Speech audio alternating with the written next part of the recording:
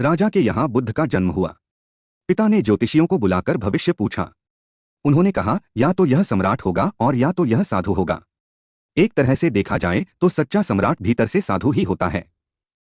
जब ज्योतिषियों की भविष्यवाणी राजा ने सुनी तो वे घबरा गए कि मेरा बेटा साधु हो जाए, ऐसा ठीक नहीं होगा।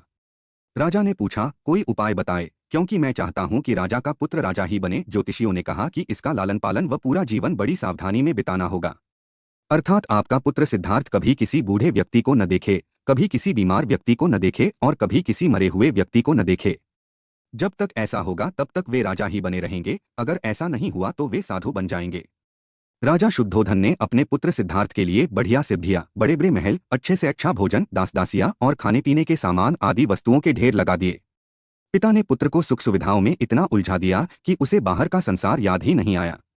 शुद्धोधन ने समझ लिया कि अब इतने सुखों के आगे साधु बनने का प्रश्न ही उपस्थित नहीं होता। वे निश्चित हो गए। राजा शुद्धोधन ने बिल्कुल पक्की व्यवस्था कर रखी थी कि उनका पुत्र सिद्धार्थ जीवन में कभी भी वृद्ध, बीमार और मृतक व्यक्ति को देख न सके, क्योंकि वे अपने पुत्र को खोना नहीं चाहते थे।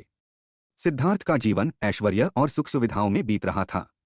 उनके जवान होने पर एक सुंदर कन्या यशोधरा से उनका विवाह हो गया।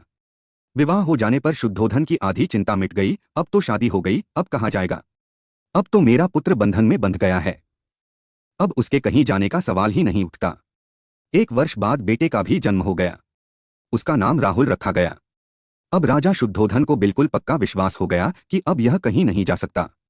एक दिन सिद्धार्थ ने कहा कि पिताजी, आज तक मैंने कभी अपनी राजधानी नहीं देखी, आपकी आज्ञा हो तो आज देख आऊं।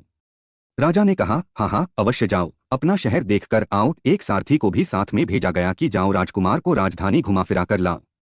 फिर भी राजा ने चाकचौबंद इंतजाम कर रखा था कि कहीं चूक न हो जाए। सिद्धार्थ के लिए राजधानी के प्रमुख मार्ग खूब सजाए गए थे, पर घूमते घूमते सिद्धार्थ ने थोड़ा उल्टा मार्ग ले लिया।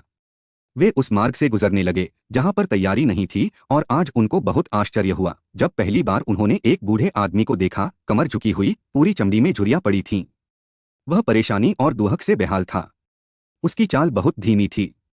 बूढ़े की झुकी हुई कमर को देखकर सिद्धार्थ को एक झटका लगा और सारथी से उन्होंने पूछा, क्या एक दिन मैं भी बूढ़ा हो जाऊंगा? सारथी ने कहा, हाँ राजकुमार, हर व्यक्ति के जीवन में 3 अवस्थाएं आती हैं, बचपन, जवानी और बुढ़ापा। एक दिन तुम भी बुढ़ापे की अवस्था में जाओगे। हे राजकुमार, यह संसार का नियम है। चाहे गरीब हो या अमीर, सबका शरीर शिथिल अर्थात बूढ़ा होता है। राजकुमार सोच में पड़ गया। सारथी ने रथ को आगे बढ़ाया तो कुछ दूरी पर एक बीमार व्यक्ति मिला जो रोगों से घिरा हुआ था। उस पीड़ित व्यक्ति को देखकर राजकुमार का मन बहुत ही दुखी हुआ। राजकुमार ने पूछा, इसको क्या हुआ है? सारथी ने कहा, यह व्यक्ति बीमार है, इसलिए यह कराह रहा है। इस संसार में दुहक और सुख दोनों हैं। यह अपने अपने भाग्य की बात है कि कोई दुहखी है और कोई सुखी है। क्या मैं भी कभी बीमार हो सकता हूं? सारथी ने कहा, आप यह विचार अभी छोड़ दें। समय बड़ा बलवान होता है। ये सारी बातें कर्मों पर निर्भर करती हैं, चाहे राजा हो या रंक, सुख दुख सब पर आते हैं। अगर शरीर में कोई रोग आना है तो वह आएगा। यह सब सुनकर राजकुमार सोच में पड़ गया। सारथी ने रथ को कुछ आगे बढ़ाया तो सामने से 4 कंधों के ऊपर एक अर्थी को जाते हुए देखा। राजकुमार ने ऐसा पहली बार देखा था। उसने सारथी से पूछा, यह क्या है? यह आदमी मर गया है, यह मुर्दा है। जो व्यक्ति मर जाता है उसको बांधकर श्मशान भूमि में ले जाते हैं, फिर वहां पर उसे जला दिया जाता है। राजकुमार ने कहा, क्या सबको मरना पड़ता है? हाँ, सबको मरना पड़ता है। यह मृत्युलोक है। जो जन्म लेता है उसे कभी न भी अवश्य ही मरना पड़ता है। तो इसका मतलब यह हुआ कि ठीक इसी तरह से एक दिन मुझे भी मरना होगा। मेरी देह भी मुर्दा होगी और मुझको भी 4 कंधों पर उठाकर ले जाया जाएगा। मुझको भी ऐसे ही रस्सियों से बांधा जाएगा। मेरे भी आगे पीछे घर के सदस्य रोएंगे तड़पेंगे, और जिस संसार को मैंने इकट्ठा किया है वह सारा का सारा मुझसे छूट जाएगा। इसका मतलब यह हुआ कि क्या एक दिन मैं भी मर जाऊंगा? क्या एक दिन यशोधरा भी मर जाएगी? क्या एक दिन मेरा राहुल भी मर जाएगा? सारथी ने कहा, हाँ राजकुमार, एक दिन मैं भी मरूंगा, आप भी मरेंगे, यशोधरा भी मरेंगी और राहुल भी मरेगा, क्योंकि यह सब मरने के लिए ही पैदा होते हैं। उस रात सिद्धार्थ सो न सके। सोचने लगे कि क्या संसार में इतना दुहक है, रोग है, बुढ़ापा है, और ऐसे में मैं खा पी कर कैसे जी सकता हूँ? नहीं नहीं, ऐसा मुझसे नहीं हो सकता।